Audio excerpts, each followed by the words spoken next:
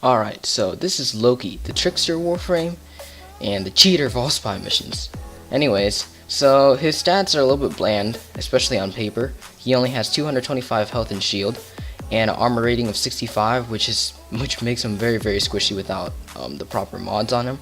He has a power of 175, which goes up to 262.5 for the prime version. The regular Loki has only 150 power. He has the fastest sprint speed of all Warframes at 1.25, making him crazy fast with the Rush mod. And he has a dash polarity in the aura slot, and the Prime version has the extra D polarity as well as an extra dash polarity compared to the regular Loki, which has, I believe, only a V and a dash. So yeah, that's the stats for Loki Prime. Let's get into his abilities.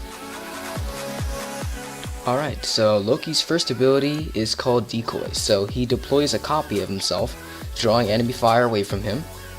This is affected by duration, and it has infinite range. It basically follows your cursor, and it will basically draw all the attention away from you onto the decoy.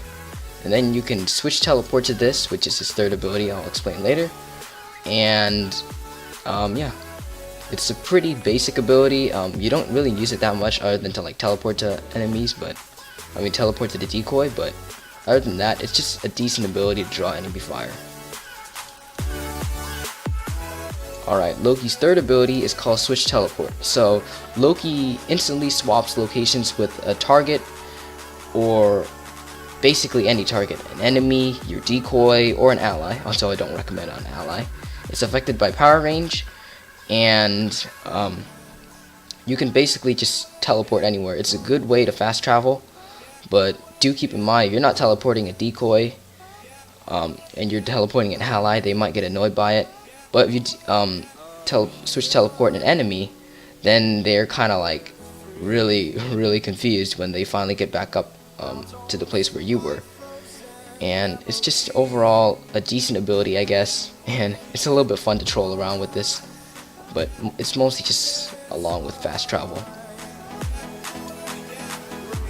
Alright, Loki's staple and best ability, in my opinion, is called invisibility. So let's go and simulate some level 100, let's see, how about some level 100 heavy gunners to test out this ability.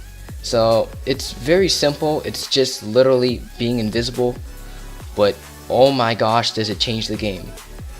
If they can't see you, they can't hurt you, and it scales so well. Like, you can have a level 1000 enemy. If they don't see you, they don't hear you, you can basically just take them out without them knowing, and without their friends knowing. Now, if they saw your former location, they're gonna run towards it. If you use a loud weapon and they hear the sound, then they're gonna freaking go shoot where you're firing. So don't recommend doing that. And you can troll and put radiation on the enemy and make them start shooting each other and draw enemy fire from you. That's what irradiating disarms for, which is an augment for his fourth ability. But his invisibility does have an augment where if you fire a loud weapon, it'll make it quiet. I personally don't use it, but it's a decent augment nonetheless. You can hide from security cameras on Corpus missions. You can take advantage of stealth damage multipliers if they haven't detected you yet.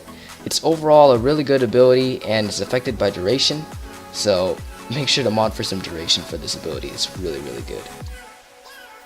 Alright, Loki's final ability is called Radial Disarm. So he lets forth a wave of energy that makes all the enemies revert to melee combat and drop their primaries.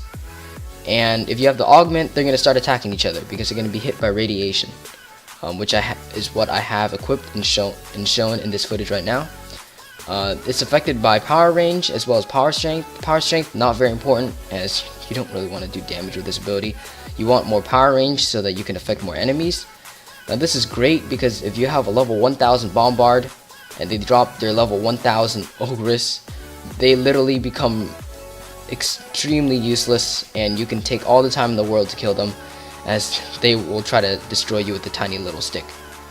So it's overall a really good scalable ability. I love this ability. It scales so well into endgame. yeah, it's just a really good ability. I mean, it doesn't really make sense against infested because, like, if you use it against chargers, their arms will literally come off and they can't attack you at close range, and it's really weird. But against like Grenier or Corpus, if they don't have a nullifier, it will work so well, and you can just sit around with the augment and wait for them to like freaking try to kill you. But don't get a little bit too carried away, or then you're gonna get one-shotted like I do right now. Ow. Anyways, yeah, that's Loki's fourth ability. Loki also has a passive ability for him to wall latch a lot longer. It's a decent passive ability, and yeah, that's all I have to say about it actually.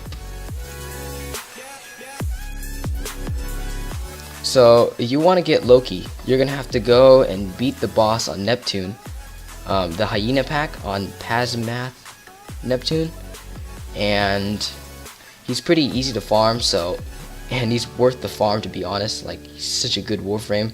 I highly recommend it to anybody who wants to be invisible, and who doesn't want to be invisible.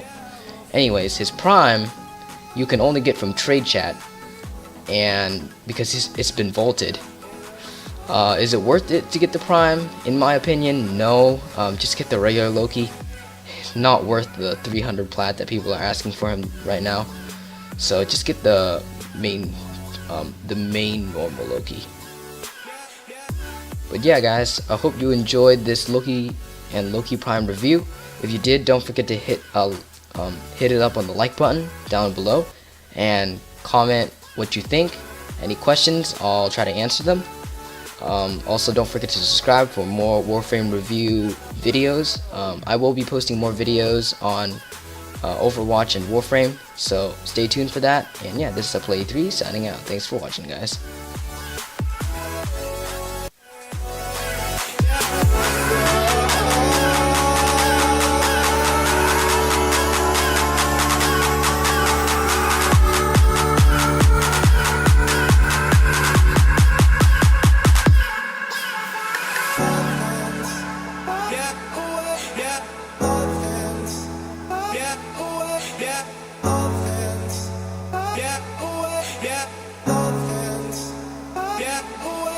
Up here,